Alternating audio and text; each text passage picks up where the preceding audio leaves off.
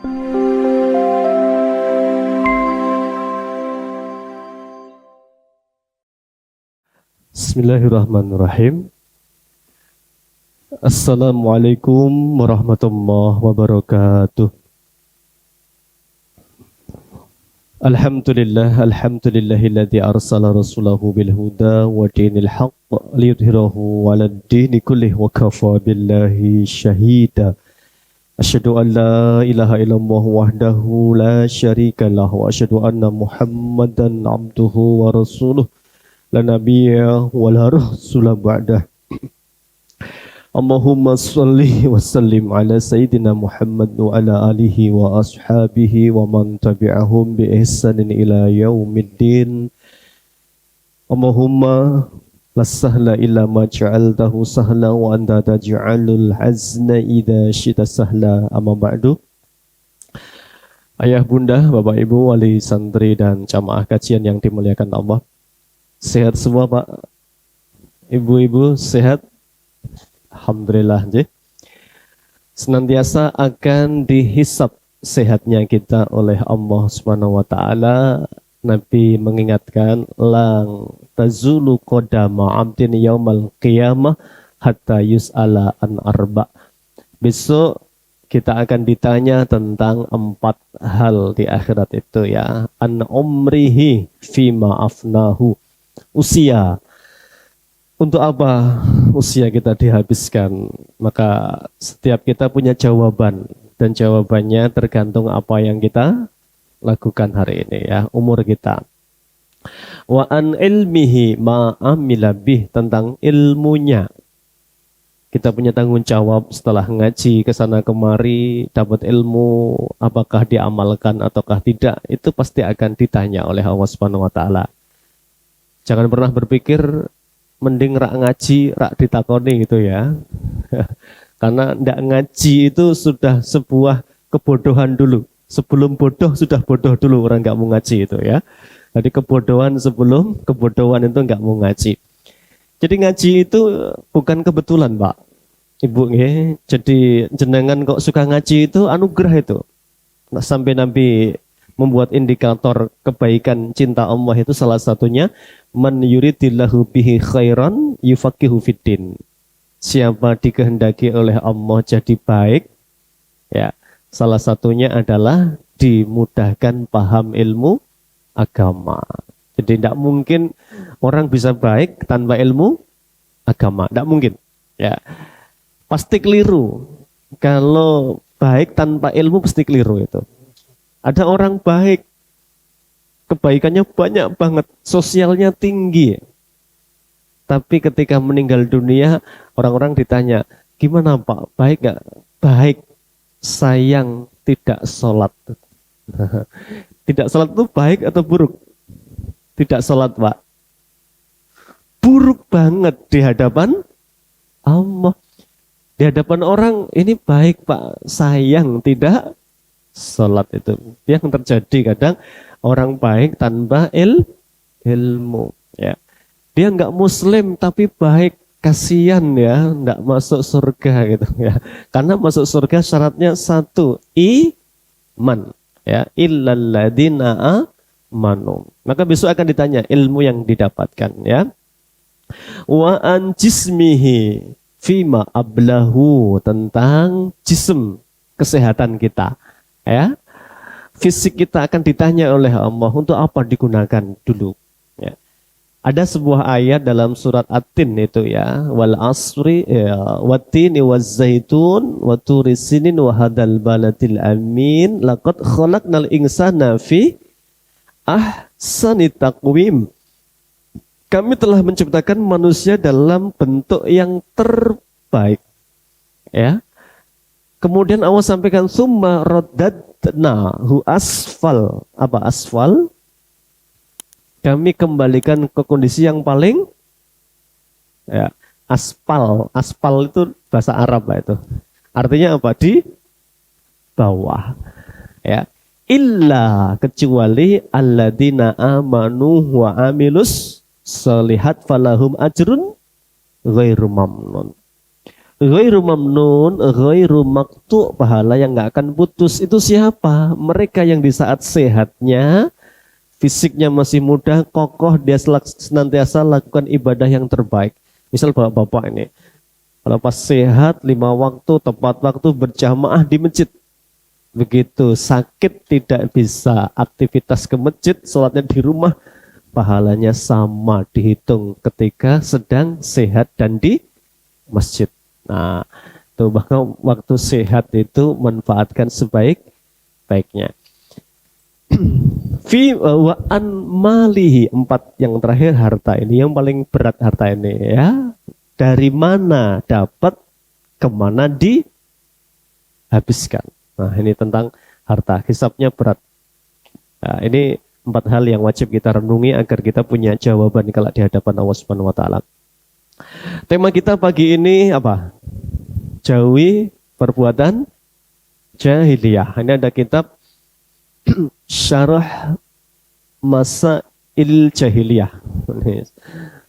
Tentang kejahiliahan orang Arab terdahulu. Ya. Kira-kira menurut Bapak Ibu zaman ini zaman jahiliyah atau bukan? Zaman jahiliyah? Bukan? Ini zaman apa ini? Zaman Islamiyah. Ya. Karena Nabi kita diutus oleh Allah Subhanahu wa taala, kita sering baca sejarah zaman pra kenabian itu disebut apa? Zaman jahiliyah. Apa arti jahiliyah? Jahil apa jahil? Jahil itu lawannya pinter, berarti apa? Bodoh, ya. Jahil. Maka ada orang hebat di zaman Nabi, ya, sampai Nabi karena hebatnya orang ini memohon khusus kepada Allah, ya Allah, jadikan orang ini penguat Islam. Allahumma a'izil Islam bi Umaroin, dengan 2 orang ini, Amr bin Hisham atau Umar bin Khattab. Kalau Nabi sampai doa khusus berarti orang ini hebat nggak? Hebat ya. Tapi orang ini dijuluki bapak kebodohan. Namanya Abu Jahal. Nama aslinya itu Amr bin Hisham. Tapi karena dia menolak kebenaran, memusuhi nabinya, menolak agama Allah, dijuluki Abu Jahal, bapak bodoh itu ya. Padahal orang ini hebat itu. Berarti jahiliyah itu puncaknya adalah menyembah kepada selain Allah. Nah, ada yang membandingkan hari ini sama sebelum Nabi itu buruk mana kondisinya. Nah, kalau jahiliyah kita lihat jahiliyah di zaman Nabi ya. Misalnya dalam sisi apa? Sana semua ada ini ya, dalam sisi ketuhanan. Ya. Puncak kejahiliahan itu mereka membuat patung dengan kreasi sendiri, dengan bahan yang mereka inginkan, bahkan terkadang kalau bosen Tuhannya dijual. Dijual ya. Tuhan bisa dipesen, Pak. Mau model Tuhan kayak apa? Lata, Uzzah, Manah, Hubal itu ya. Bisa dipesen Tuhannya itu ya. Nanti bisa Tuhan itu dalam bentuk gandum. Itu pas kaya bikin yang gede, pas miskin Tuhannya dimakan itu ya. Itu puncak kebodohannya itu membuat Tuhan begitu. Kejahatan sosial luar biasa, Pak. Hari itu masyarakat Arab itu gandrung khomer semua. Ya. Kemudian perempuannya maaf, itu perempuan itu tidak punya nilai dari peradaban Arab. Jadi beruntung perempuan sekarang itu Allah kasih harta namanya waris. Meskipun dalam Islam itu kalau mau dipandang dari sudut liberal itu kayak nggak adil menurut orang liberal ya, karena jatah perempuan berapa? Separuh ya. Lidzakari mislu hadil unsayain. Laki-laki itu jatahnya 2 kali lipatnya perempuan. Itu sudah keadilan Allah yang luar biasa. Kenapa? Perempuan dapat separuh, dipek dewe. Bapak-bapak dapat full, harus berbagi kepada yang dapat separuh tadi, Pak. Ngasih nafkah ya. Perempuan boleh nggak ngasih nafkah ke suami?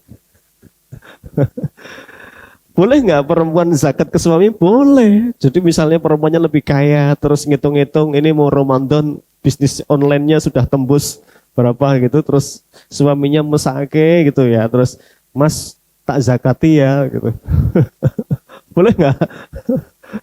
Boleh. Karena zakat mal itu boleh pada yang bukan dalam nafkah wajibnya. Yang nggak boleh bapak-bapak ngomong sama istrinya, Bun, belanjanya tak ganti uang zakat ya tahun ini, bulan ini gitu ya, biar ngirit itu. Tak boleh itu ya. Zakat mal nggak boleh kepada yang di bawah nafkahnya. Ya, jadi kalau kebalikannya boleh, istri zakat ke suami boleh aja Pak itu ya, karena nggak ada kewajibannya. Kalau bicara tentang keadilan, Islam sudah luar biasa secara aturan. Nah, nanti manusianya yang kadang tidak bersyukur. Perempuan itu sudah dimuliakan oleh Allah, masih menuntut itu. Maka orang dengan kalimat emansipasi persamaan gender ya, memperjuangkan harus sama. Kami juga tulang punggung hari ini, bukan cuman laki-laki gitu. Kami juga bisa jadi pemimpin, tidak cuman laki-laki. Kami juga bisa ya di dunia publik, tidak cuman laki-laki. Banyak pemimpin hebat. Ya, wali kota Surabaya, wah, nah, gitu. Cari contoh macam-macam ya. Ini yang disebut nek jare wong Jawa dikei ati ngrogoh rempelo ya. Perempuan tuh mulia di tempatnya. Ya. Ar-rijalu qawwamuna 'alan nisa bima faddalallahu ba'dahum 'ala ba'din wa bima anfaqu min amwalihim fas-solihatu qanitatun hafidhatun. Perempuan terbaik itu adalah qanitat yang taat kepada Allah, taat kepada aturan Allah. Hafidhat menjaga kehormatan diri dan suaminya. Itu perempuan yang hebat dalam Al-Quran, bukan yang nuntut ya, pengen melanggar aturan Allah.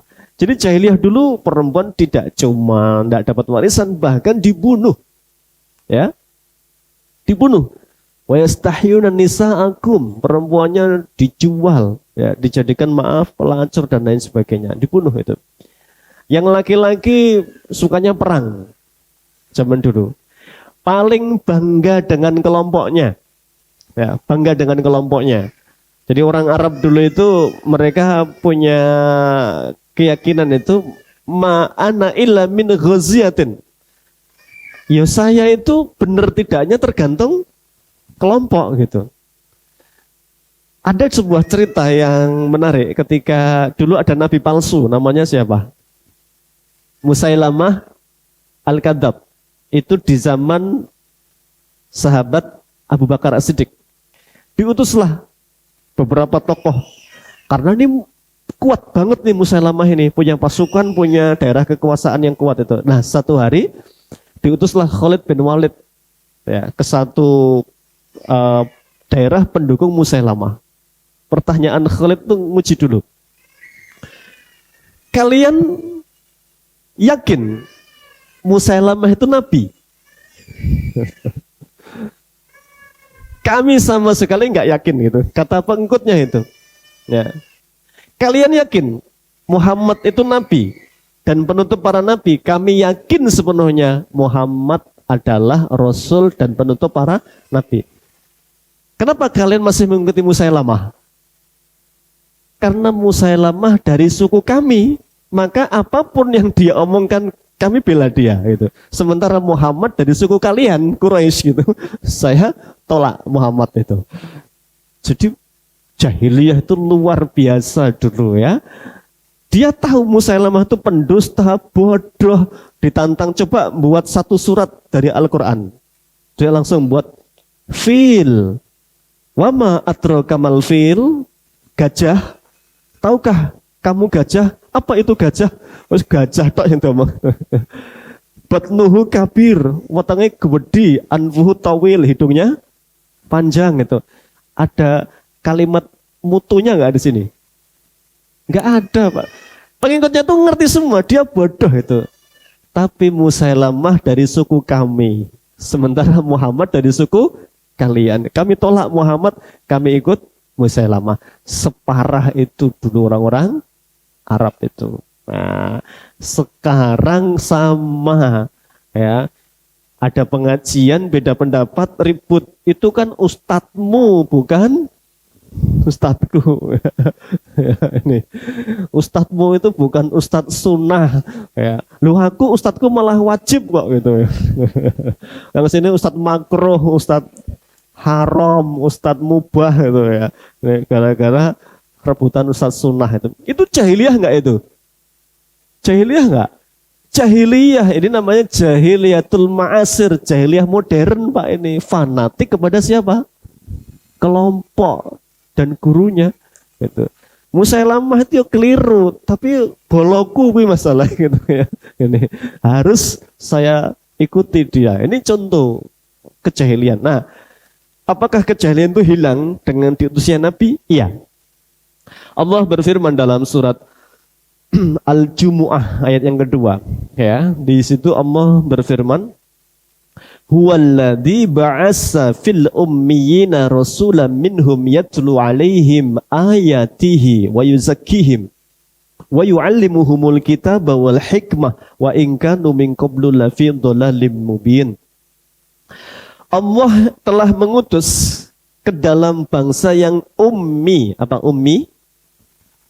Ummi buta huruf ya. Rasulan seorang rasul tugasnya 4. 1 yatlu alaihim ayatihi, membacakan Al-Quran, ayat-ayat Allah. Jadi Allah ngasih tahu kepada rasul dan pengikutnya untuk membuang semua kejahilian itu, obatnya 1 Al-Quran. Ini sumber perubahan adalah Al-Quran. Dibacakan ayat-ayatnya, dikaji ya. Maka nanti Al-Quran misalnya bicara inna akramakum indallahi atqakum. Karena orang Arab dulu punya kasta Pak, kayak yang sekarang perindapan ya. Perindapan itu mana? India ya. Ada kasta, ada sudra yang paling rendah, ada Brahma, ada apalah gitu ya, kasta-kasta itu. Orang Arab dulu punya kasta, ya. Maka dulu budak itu tidak bisa duduk semeja dengan majikan, tidak bisa. Sebagian sahabat ketika masih ada timbul kejahilian sempat ngomong itu. Misalnya ada kisah Abu Dzar Al-Ghifari ribut, pernah ada gesekan dengan Bilal. Siapa Bilal? Bilal, budak. Apa warna kulitnya? Hitam. Abu Dzar ku emosi ngomong, "Yabnas sauda," gitu. Cah ireng. Itu ya. Cah negro, cah elek lah begitu ya. Ibnu Sauda, anake wong ireng itu kan, bocah ireng anake wong ireng itu. Itu kan kalimat jahiliyah. Langsung diingat oleh sahabat, Bilal tuh laporan ke Rasulullah. Ya, Rasulullah, Abu Dzar tergopoh-gopoh minta maaf. Ya, Rasulullah mengatakan kalimat ini andaikan dicelupkan ke laut, laut menjadi busuk. Ya, jadi ucapan merendahkan fisik orang itu buruk sekali di hadapan Allah. Nah, sekarang namanya apa? Body shaming ya. Ya, ngomentarin fisik itu buruk sekali di hadapan Allah Subhanahu wa taala. Ya, itu termasuk kalimat jahiliyah itu. Nah, Al-Qur'an kasih obat. Inna akramakum, yang paling mulia di hadapan kalian yang paling bertakwa, bukan dengan kulitnya, kan Allah menyampaikan sebelumnya, wa ja'alnakum syu'uban wa qabaila. Allah jadikan manusia itu bersuku-suku, berbangsa-bangsa, warna kulitnya berbeda, bahasanya berbeda. Tidak ada kelebihan orang Arab di antara Ajam kecuali dengan takwanya. Ya, itu yang diajarkan Al-Quran untuk mengikis budaya jahiliyah. Islam juga ngasih informasi bahwa solusi bagi mereka yang sudah mampu menikah, segera menikah. Wa ankihul ayyama minkum. Ya. Dan nikahkanlah jomblo-jomblo di antara kalian, kan begitu. Segera menikah. Ada jomblonya? Ya. Segera menikah. Kalau masih hitung-hitungan ekonomi, Ya, takut nggak bisa makan. Yugnihimu wa hum min fadlih. Allah akan kasih rezeki setelah menikahnya. Ya. Mau nikah takut punya anak. Ya. Bahkan sebagian dulu takut sampai dibunuh anaknya. Allah kasih ayat. Ya. Nahnu narzukuhum wa iyyakum. Yang ngasih rizki anakmu kami, kata Allah, aku. Yang ngasih rizki kamu, aku.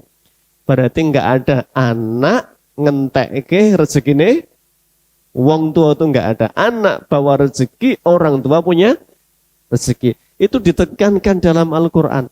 Kok sampai takut punya anak, ya, takut nggak bisa ngasih makan, itu jahiliyah semua itu. Ya ini. Maka dibuang oleh Al-Quran dengan ayat-ayat yang meyakinkan tadi. Ya, ini jadi kejahilian itu yatlu alaihim ayatihi wa yuzakkihim, dan Nabi yang kedua adalah mensucikan jiwa. Ya. Jadi jahiliyah itu disucikan dengan Al-Quran, jiwa-jiwa yang kotor. Contoh, ada 4 Bapak Ibu, ya, kata jahiliyah dalam Al-Quran ada 4. Jadi tersisa 4 saja kata jahiliyah dalam Al-Quran. Yang pertama dalam surat Ali Imran ayat 154. Ini peristiwa perang Uhud.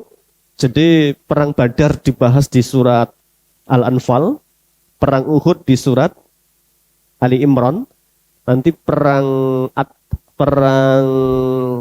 Tabuk dibahas di surat At-Taubah. Nah, ini yang detail-detail ya.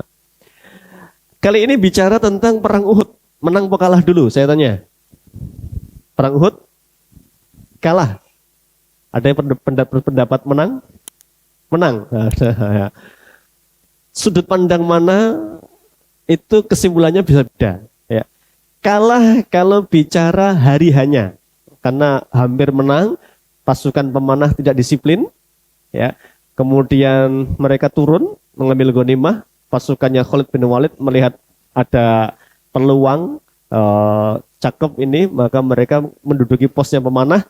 Sahabat dipanah dari atas, kocar-kacir, secara hari itu kalah. Rasul terluka, Hamzah komandannya meninggal, 75 orang syahid dalam perang Uhud. Tapi disebut oleh Syekh Mahmud Khattab menang. Kenapa? Karena Abu Sufyan gagal membunuh Nabi dan Abu Bakar setelah Umar. Abu Sufyan setelah menang, dia nanya, apakah Muhammad masih ada di antara kalian? Apakah Abu Bakar masih ada? Apakah Umar masih ada? Ya. Jawab, kata Rasulullah, masih ada dan mendengar apa yang kamu katakan. Jadi Rasulullah itu di bukit, musuhnya di bawah gini. Tapi Rasulullah sudah posisi kalah itu. Tapi dikatakan mereka nggak kalah. Kenapa? Orang intinya tidak ada yang terbunuh ketika itu. Nah di saat itulah, sebelum peristiwa itu, munafik itu sudah guncang begitu melihat porak-poranda pasukan muslimin. Mereka mengatakan, yadunnuna billahi ghairal haq donnal jahiliyah.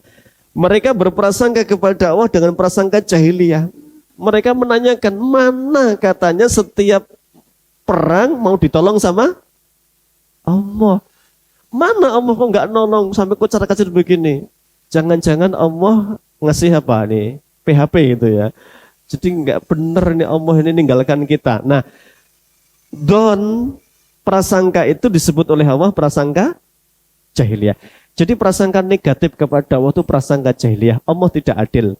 Hari ini misalnya, Allah tidak sayang, Allah tidak menolong, Allah tidak memberi solusi. Sangkaan jahiliyah ini.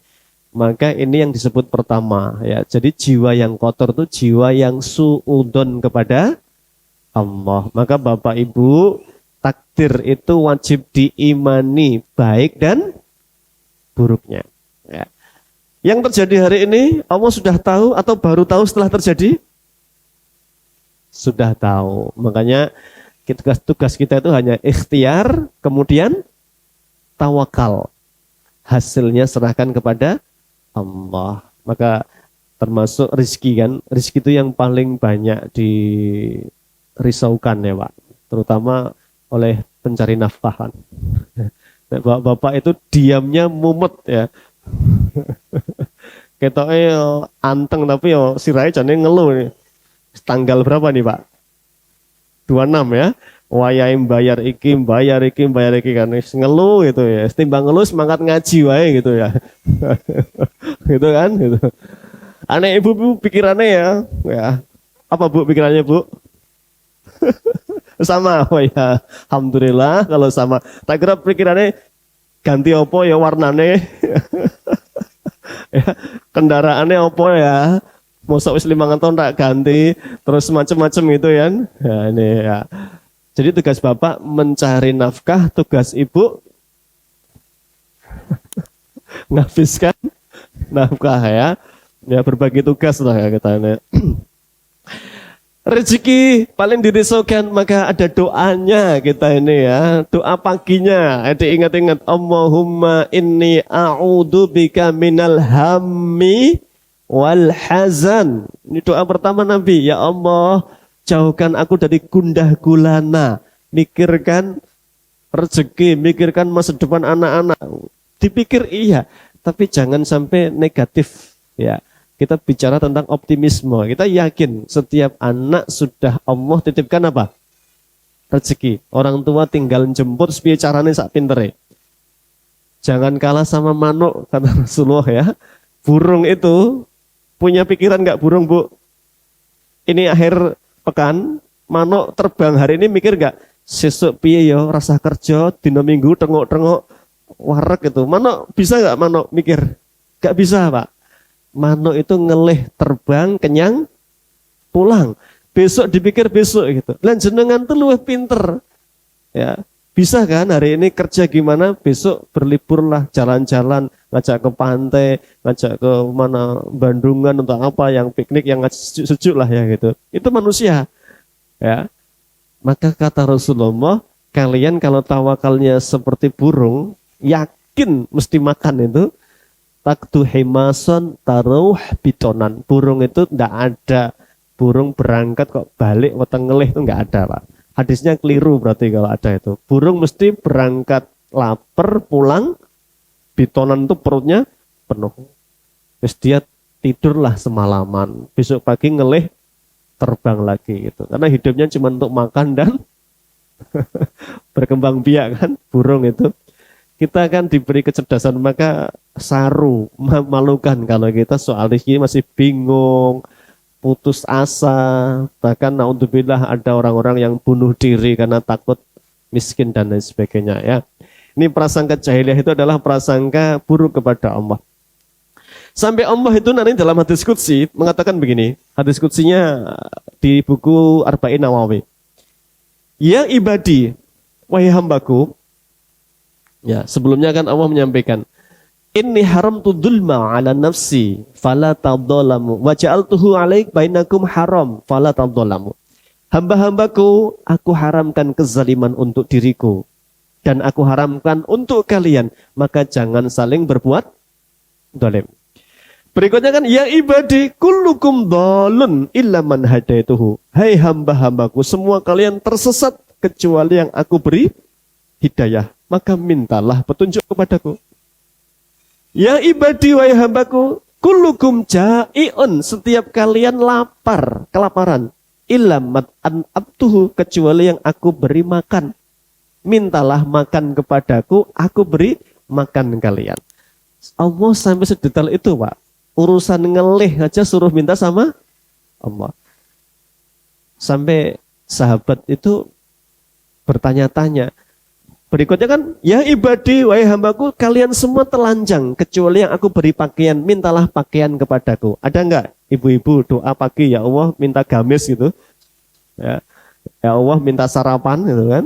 Ya, kalian semuanya dalam keadaan terlantar, kecuali yang aku berikan kemuliaan. Ya, maka mintalah kemuliaan kepadaku. Jadi ini menunjukkan bahwa Allah itu suka minta ya. Berarti bagus enggak sering sambat itu? Ya.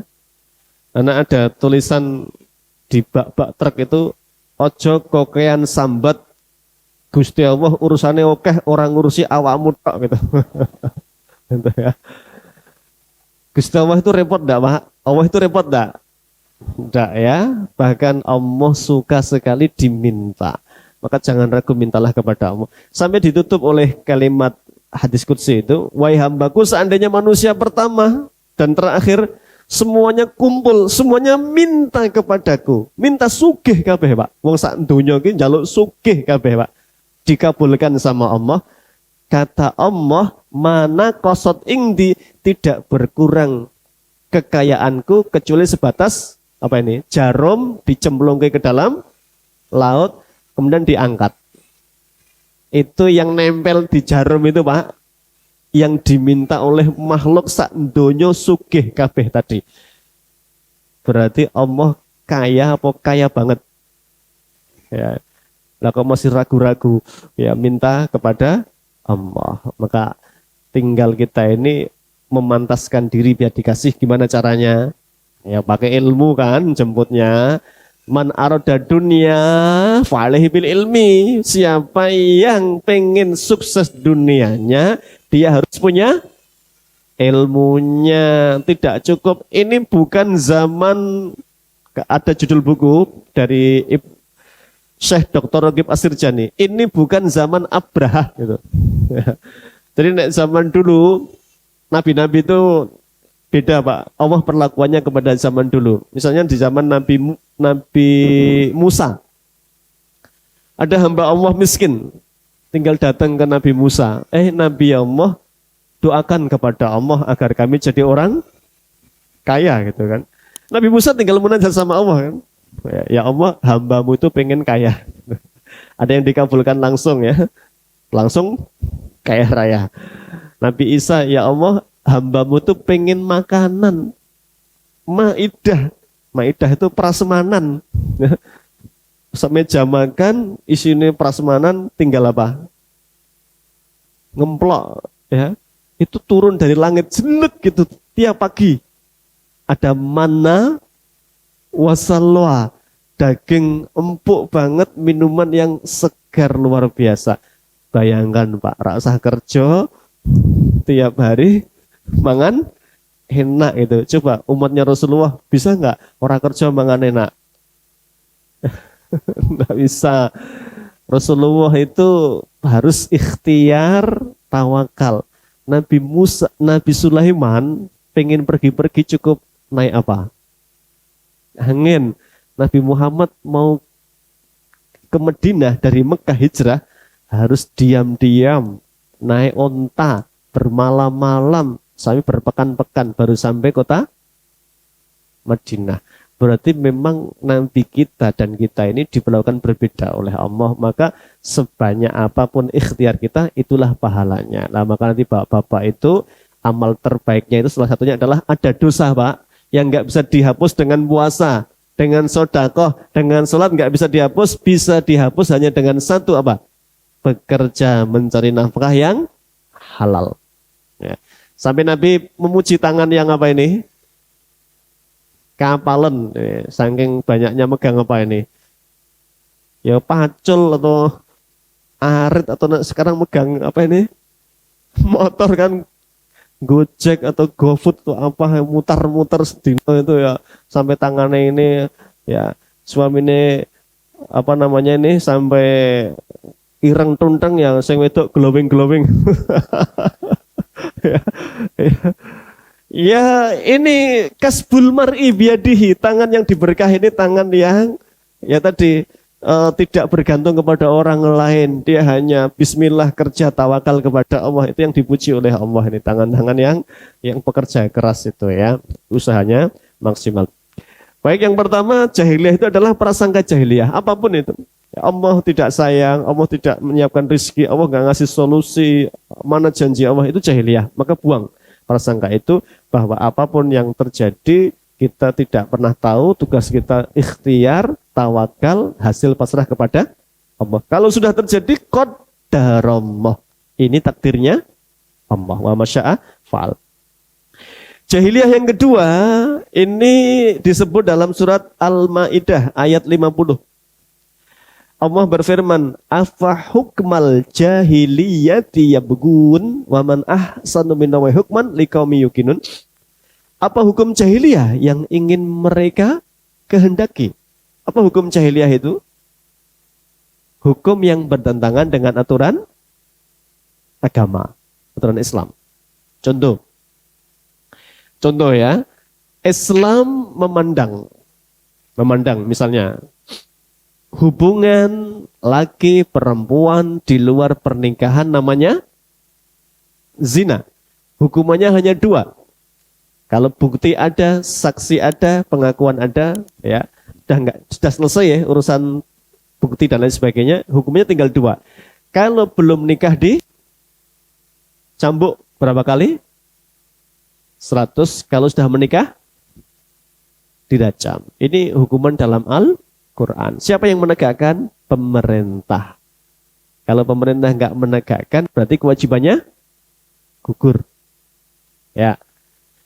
Kemudian ada undang-undang yang dikatakan undang-undang Islam tidak manusiawi, terlalu kejam. Digantilah. Motifnya apa zina itu? Kalau suka sama suka berarti nggak bisa dihukum. Nah, contoh ungkapan ini yang disebut ungkapan jahiliyah karena mengganti hukum Allah dengan hukum manusia. Contoh yang paling sederhana. Padahal zina itu Masya Allah disebut dalam Al-Quran tidak dosanya yang dilarang, bahkan pengantarnya. Wala taqrabu zina. Jangan mendekati zina itu. Nah, atau ada, ini waris itu yang paling berat waris itu. Nanti dibuka surat An-Nisa ya. Ayat berapa ini? Kayak mulai 12 mungkin sampai beberapa ayat berikutnya. An-Nisa. Allah bicara tentang warisan, itu ada yang dapat setengah, 1/4, 1/3, 1/6, 2/3. Ini kan ada, siapa yang dapat ini kan ada semua. Ya. Kemudian di akhir kalimat setelah Allah membagi bagian-bagian ini, Allah katakan tilka hududullah. Semua itu atas kehendak Allah yang bagi batasan itu ya. Yang setengah siapa, 1/4 siapa. Coba saya tanya, kalau ada hari ini suami istri pengusaha, anaknya 1 tok perempuan, kaya raya, suami istri tiba-tiba dalam sebuah perjalanan bisnis kecelakaan, meninggal dunia. Milik siapakah harta yang ditinggalkan? Hari ini anaknya, semuanya, ya itulah hukum jahiliyah. Ya. Karena anak perempuan itu maksimal dapat nisfun. Nisfun berapa? Separuh. Yang lainnya untuk siapa? Ahli waris yang lain. Masih ada omnya dia. Ya, ini ada ilmunya semua nanti. Pakdenya dia. Saudaranya yang meninggal ini misalnya anak pertama. Dia punya adik 2. Atau masih punya orang tua. Ya. Ini nanti bisa dapat ada ilmunya dalam ilmu faraid namanya. Bukan begitu dia meninggal dunia jatuh menjadi pewaris tunggal. Nah, yang terjadi kan begitu sekarang. Ya, mana mau bagi-bagi sama adik kakak enak banget itu ya. Harusnya semua jatuh ke anak. Nah ini contoh ya. Dan Nabi sudah ngasih sinyal, ngasih informasi. Ya. Layang kudanna ural Islam urwatan. Islam itu ajarannya akan hilang satu, akan dibuang itu. Awwaluha al-hukmu. Yang pertama dihilangkan dari Islam itu nanti hukum Islam. Ya, termasuk hukum waris, hukum rajam, hukum potong tangan, hukum diat, membunuh, kisos, dibalas bunuh, ini akan hilang nanti. Itu memang disabdakan oleh Rasulullah, akan hilang dulu ini, hukum-hukum ini. Coba sekarang, masih ada enggak hukum-hukum ini? Ya, kisos, enggak ada. Orang mati sekarang ya hukumannya tergantung hakim kan. Ya, ini orangnya baik apa enggak, punya keluarga apa enggak gitu. Nah ini cuma 300 triliun tapi baik, punya keluarga cukup 6,5 tahun gitu. Tergantung itu nanti ya. Tergantung hakimnya lah gitu. Ini makanya hakim itu kata Rasulullah satu kakinya di neraka ya, satu di surga. Itu tergantung dia berat ke sini nyemplung sini gitu ya. Ini pertama hilang hukum dari Islam itu. Wa akhiruha as-shalah, yang terakhir hilang sholat nanti. Jadi seburuk-buruknya tadi pemutus perkara itu sholat mesti. Karena sholat itu hilang yang paling akhir. Hukum-hukum hilang dulu ini. Ya, pidana terutama. Nanti perdata juga begitu. Waris mau digugat. Nah, ini kan perdata. Nah, tadi maka minta hak yang sama. Atau ada pewaris tunggal dan lain sebagainya. Ini waris beda dengan hibah. Kalau hibah ya terserah, masih hidup, semua harta di atas namakan anaknya. Bapak ini nggak punya apa-apa, berarti hidupnya nunut anaknya. Kan statusnya begitu, makanya nggak mau harta dihibahkan. Karena nek dihibahkan berarti statusnya apa? Ikut anak, kan begitu. Ya, akhirnya nggak dihibahkan, meninggal, terus jadinya apa? Warisan ya manut Quran aturannya itu. Ancamannya apa? Baca di ayat 14 atau 15 An-Nisa ya. Tilka hududullah, itu Allah yang ngatur. Yang dapat setengah, seperempat, 2/3, sepertiga, 1/8 Allah yang ngatur.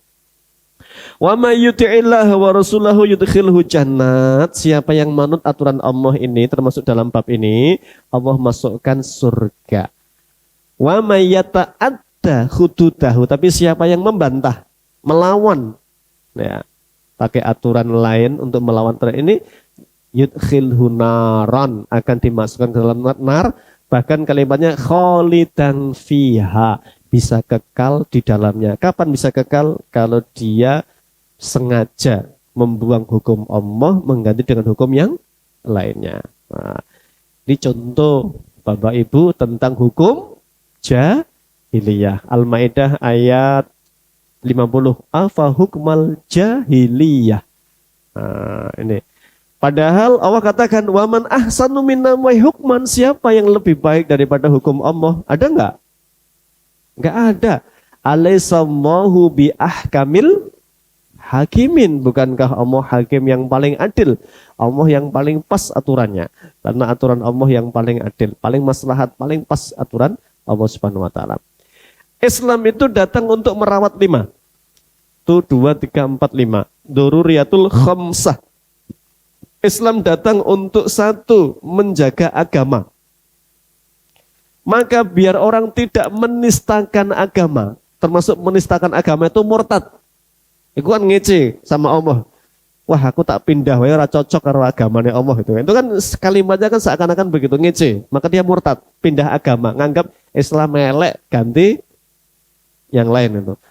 Maka orang murtad pantasnya diapakan sama Allah? Man baddala dinahu faqtulhu, dalam aturan Islam itu siapa yang murtad mengganti agamanya maka ada pemerintahan Islam dibunuh, Pak. Itu kan melecehkan agama Allah. Ada yang membuat zaman dulu, misalnya membuat aliran sesat, menyesatkan banyak orang jadi kufur itu, ya maka dijaga, ya dengan dieksekusi itu, yang orang-orang membuat ngaku nabi palsu, ngaku punya ajaran baru dan lain sebagainya, merusak Islam.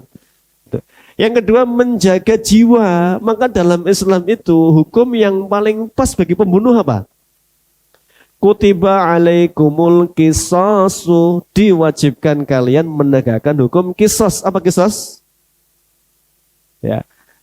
An-nafsu bin nafsi, nyawa dibalas nyawa. Ya, itu yang paling pas. Ya. Bukan nyawa dibalas 15 tahun. Nanti setiap Ramadan remisi ya.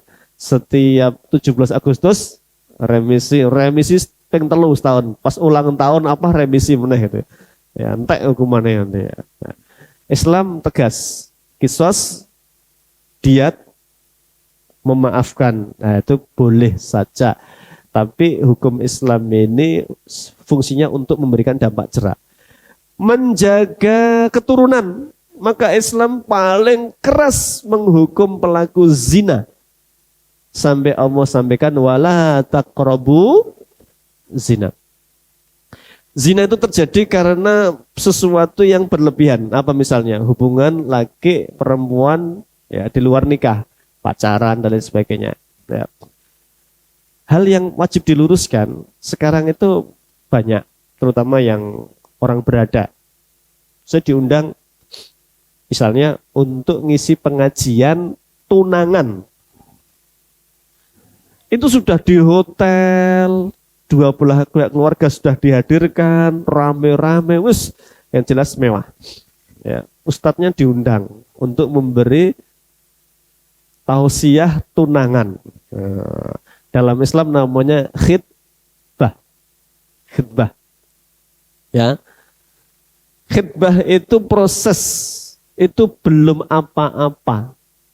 Baru diikat, memang tidak boleh dilamar orang. Itu nek di Jawa ini diapakan? Ditaleni, dibundeli ya. Ditaleni, kuwi aja dijupuk iki wekku gitu kan. Seakan-akan gitu ya, ditaleni. Kemudian dikasih apa? Seret. Nah, di video tangannya perempuan, ya laki-lakinya, ya kemudian diselipkan ini. Ini sudah halal belum? Belum halal, tapi sebagian orang berpikir saiki sesuk padha wae kuwi ya bakale dadi bojomu. Ya, akhirnya maaf, kayak nek sudah tunangan itu sudah boleh bersentuhan, berduaan. Nah, yang terjadi yang mengkhawatirkan itu tunangannya bulan Januari, nikahnya masih setengah tahun. Ya, alasannya ngumpul ke duit. Ya, kluntang-kluntung, nun sewu, hamil sebelum akad. Bulan Juli kan kesuwen toh. Januari kok nunggu Juli. Karena sudah biasa, wis dianggap ada yang mengikat tadi itu, akhirnya menganggap biasa. Terjadilah hubungan ya suami istri. Bagi sebagian orang mungkin tidak apa-apa. Bagi Allah itu disebut fahisyah. Apa fahisyah? Perbuatan yang menjijikkan. Ya, menjijikkan itu. Maka hukumannya keras banget. Anak kehilangan nasab. Ya, itu bukan anaknya meskipun nanti nikah di bulan Juli tadi itu. Ya, hubungannya di luar Mei. Ya, qadarullah jadi dilalah anak wedok. Nanti kalau sudah dewasa mau nikah, bapaknya harus jujur. Iki dhisik nggaweni Mei ora Juli. Ya, berarti ini bukan anak nasab. Ya, maka harus tahu diri, nggak boleh menikahkan. Nek menikahkan nggak sah pernikahannya karena bukan walinya. Nikahnya kemana? As-sultanu waliyun naman la waliyalaha. Yang boleh menikahkan sultan. Siapa sultan itu hari ini? Penguasa siapa? Ya KUA lah gitu itu ya. Tuh. Dua, karena bukan nasabnya, harusnya nggak dapat warisan ini. Nggak bisa dapat warisan, Pak, anak hamil di luar nikah itu. Dia dapatnya apa? Yo hibah, berian, wasiat. Harusnya begitu. Ngeri nggak? Bocah orang ngerti apa-apa untuk warisan gara-gara bapaknya rak sabaran itu sama ibu kan? Ya, kan nggak mungkin salah satu yang salah, mesti salah dua-duanya. Inilah akibat buruknya. Nah, Islam itu memberikan ruang, nek sudah siap nikah segera menikah, nek belum siap jangan pacaran. Ya, jangan pacaran. Perbanyak puasa, cari kesibukan. Ya, belajar, olahraga, kerja. Jangan pacaran itu. Itu Islam sudah paling benar itulah, malah membuat aturan sendiri ya ini. Ini yang kedua. Yang ketiga, jahiliyah itu disebut Allah dalam ayat ke-33 surat Al-Ahzab. Ya. Ini khusus ibu-ibu kali ini. Wa qarna fi buyutikunna wala tabarrujna tabarrujal jahiliyatil ula. Ya. Wa qarna fi buyutikunna, dan tetaplah tinggal di rumah-rumah kalian. Dan janganlah tabarruj sebagaimana tabarrujnya perempuan jahiliyah dulu. Apa tabarruj? Berhias. Nek basa Jawane apa, Bu? Maca. Maca. Jadi wong wedok tugasnya ya selain masak ya maca ya. Ya. Cari koncoku wong wedok tugasnya 3M ya. Masak, maca. Gue cari Umar bin Khattab yang jane sing bener cari Umar bin Khattab. Umar bin Khattab ngomong begitu kok. Dapur, sumur, kasur gitu kan. Pernah dengar ceritanya Umar diem yang bojone ra iso jawab itu. Bukan Umar penakut, Umar tuh punya jawaban. Sampai jenengan lho disneni bojone kok ya meneng wae gitu. Gitu. Umar punya jawaban. Satu, kenapa saya diam? Saya teringat dia yang telah berjasa masakan untukku. Pagi-pagi sudah cemepak kopi, ya gorengan, apa Bu? Gitu ya, sego goreng ya. Balik kerja cemepak jajanan itu. Saya kelingan itu tuh nggak tegel, pengen marah sama istri saya. Yang kedua, dia yang telah mencuci pakaian untukku, maka saya nggak tega. Pakaian berangkat kerja sudah rapi, wangi, tinggal milih mau yang warna hitam, biru, coklat ya. Padahal kemarin masih tumpuk-tumpukan, bau keringat, sudah rapi sekarang. Saya kelingan itu tuh nggak tega mau sekedar membalas omongan istri saya itu. Yang ketiga, dia yang telah merawat anak saya. Bapak itu kan senengnya nak wis resik wangi cek dolan toh. Ayo numpak motor itu naik sik bayi begitu ngompol kayak pengalaman ya Pak. Pengalamannya sama ya Pak. Iya begitu. Saya teringat itu. Istri saya sibuk di luar biasa. Pulang-pulang sudah bersih, anak-anak sudah mandi rapi, udah gede-gede. Saya nggak tega hanya untuk marah sama istri saya. Itu Umar. Sosok yang terkenal keras, ya, tegas, tapi ada saatnya tidak berbantah-bantahan dengan pasangannya. Ini bukan Umar itu istri berarti ikatan suami takut istri, enggak. Umar tuh enggak mungkin kayak gitu. Umar itu suami hebat justru tahu kapan diam, kapan bicara. Orang hebat kan begitu kan, ya. Maka ada istilah diam adalah emas itu ya.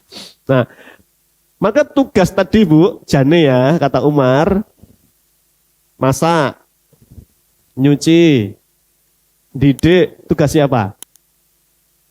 Nek kata Umar ya tugas bapak, wong wis direwangi, mosok aku wis direwangi umbah-umbah, wis direwangi masak, direwangi ngomong, aku cek muring-muring kan, marah-marah.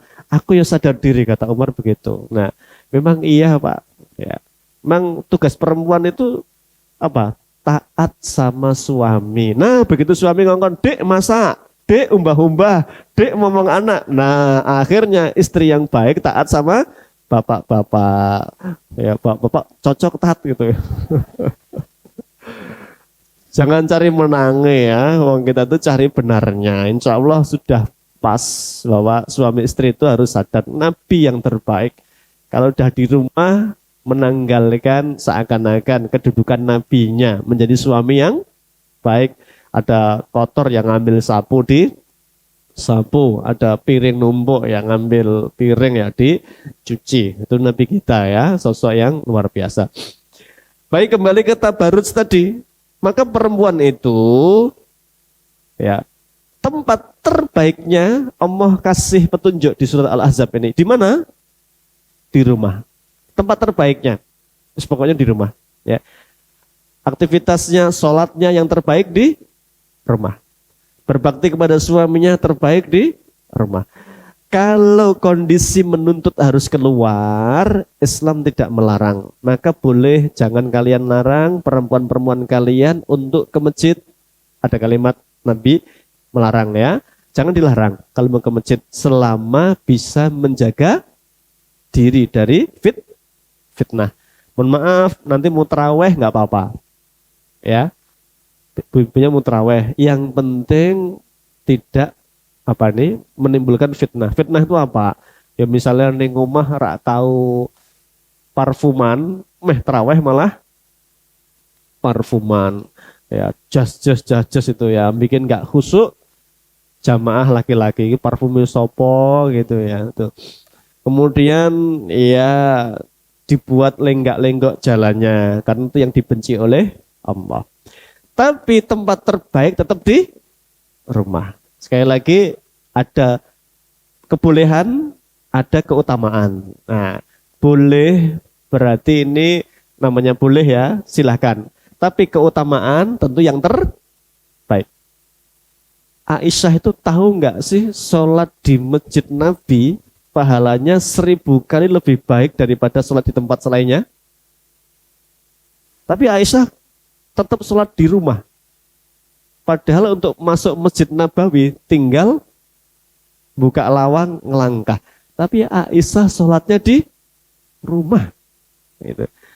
Aisyah bukan nggak tahu, beliau itu ahli hadis, perawi hadis terbanyak ketiga setelah Abu Hurairah, Anas bin Malik kayaknya, terus satu lagi atau Jabir ya saya lupa. Top 5 top itu termasuk Aisyah itu. Ya. Tahu, tapi Aisyah milih yang lebih utama. Tadi sekali lagi ada boleh, ada utama. Nah, ini jadi ini nggak usah diperdebatkan. Kan boleh, ya boleh. Cuman yang terbaik di rumah. Kalau harus keluar, jangan tabarruj sebagaimana tabarrujnya wanita jahiliyah dulu. Nah, termasuk tabarruj ini kategorinya adalah tidak menutup aurat. Auratnya yang disepakati oleh jumhur ulama, semua anggota tubuh wanita aurat kecuali hada wahada. Wajah dan telapak tangan ini. Ini bukan aurat, ya. Adapun sebagian madhab mengatakan untuk auratnya semua tertutup. Ya, bahkan sampai nanti kecuali telapak tangan sampai bahkan ada semua tertutup kecuali mata, ya. Kayak di sebagian daerah mungkin Iran, Afgan pakai burqa gitu ya. Ya. Tidak cuma mata, bahkan ada jaring-jaringnya di pakaiannya itu. Nah, tapi kalau mengacu kepada hadis Nabi itu ya begitu. Artinya kalau yang menutup sampai pada niqab tentu jauh lebih baik, lebih menyelamatkan dari fitnah. Tapi kalau mengambil yang wajib ditutup adalah semuanya kecuali wajah dan telapak tangannya. Nah, ini tabarruj berarti tidak menutup aurat. Termasuk tabarrujal jahiliyah itu kalau orang jahiliyah dulu perempuan-perempuan itu keluar sambil ya menarik lawan jenis, maka ada hadis Nabi sinfani min ahli nar lam arrohuma, ada 2 penghuni neraka yang tidak ada di zamanku, aku nggak pernah lihat. Yang pertama kaumun ma'ahum siyatun, ada kaum sekelompok orang yang membawa cemeti, dia pecut pukul-pukul orang lain, itu nggak ada di zamanku. Yang kedua nisaun, ya, kasiyatun, ariyatun, mumilatun, ma'ilatun, perempuan yang berpakaian tapi ariyah seperti telanjang, ya, ma'ilat, mumilat, ya, bahasa Jawa ini megol, artinya menarik lawan jenis, itu tidak akan mencium baunya surga. Naudzubillah ya. Ini jadi tabarruj jahiliyah. Yang terakhir adalah hamiyatul jahiliyah. Ini surat Al-Fatah ayat 26. Ini yang saya bahas panjang lebar tadi di depan. Apa hamiyatul jahiliyah? Fanatik kepada kelompok, pada golongan. Kayak tadi kisahnya siapa? Khalid dengan pengikut Musailamah. Kalian tahu nggak Musailamah itu sesat? Tahu. Tahu nggak dia kadzab, pendusta? Tahu. Kenapa masih ikut? Lah dia dari suku kami kok. Ya, Muhammad benar tapi dari suku kalian gitu. Ini yang disebut fanatik jahiliyah. Jadi kalau kita hari ini berorganisasi, ikut sebuah komunitas, itu hanya wasilah, bukan tujuan. Yang salah adalah ikut komunitas menjadikan standar benar dan tidaknya dengan komunitas ini. Sing podo aku berarti bener, sing podo guruku berarti bener, sing ora podo berarti keliru. Nah, itu yang disebut fanatik ataupun hamiyatul jahiliyah. Hamiyah jahiliyah ini yang membuat orang musyrik dulu menolak Muhammad. Kenapa? Nabi ini kok Muhammad kudune al-walid, luwih sugih, ya, luwih terpandang. Nabi kok Muhammad. Ya, Muhammad itu kedudukannya nggak setinggi Al-Walid bin Mughirah. Itu kata orang-orang Arab. Jadi fanatik kepada golongannya itu yang membuat mereka menolak kebenaran. Ya. Bahkan dalam perjanjian, ini kan turunnya pas perjanjian Hudaybiyah. Ketika Nabi tulis Bismillahirrahmanirrahim. Orang musyrik nggak terima. Apa itu Ar-Rahman? Apa Ar-Rahim? Ya, karena mereka nggak percaya Allah yang maha pengasih, yang maha penyayang. Buang. Jadi kebenciannya kepada syariah, kepada Allah itu sampai mereka menolak kebenaran karena bangga dengan kelompoknya. Wallahu alam biswab. Jadi 4 hal ini jauhi, ya, mulai prasangka, hukum jahiliyah, tabarut jahiliyah, termasuk fanatik jahiliyah. Jadi ini sudah harusnya dibuang, diganti dengan kebaikan-kebaikan akhlak dan Al-Quran tadi. Demikian saya kembalikan ke moderator. Assalamualaikum warahmatullahi wabarakatuh. Waalaikumsalam warahmatullahi wabarakatuh. Jazakumullah khairan kepada Ustadzul Karim atas tausiah yang telah disampaikan pada pagi hari ini. Baik Bapak Ibu yang dirahmati Allah Subhanahu wa taala, demikian tadi tausiah yang telah kita dengarkan bersama tentang beberapa faktor jahiliyah, ya, ada dari hukum jahiliyah dan sebagainya. Kemudian kita buka, selanjutnya adalah sesi pertanyaan. Kita buka sesi pertanyaan dulu. Pertama yaitu 1 dari ikhwan dan 1 dari akhwat. Monggo, kalau ada yang mau bertanya silahkan. Dari bapak-bapak mungkin ada? Dari ummahat?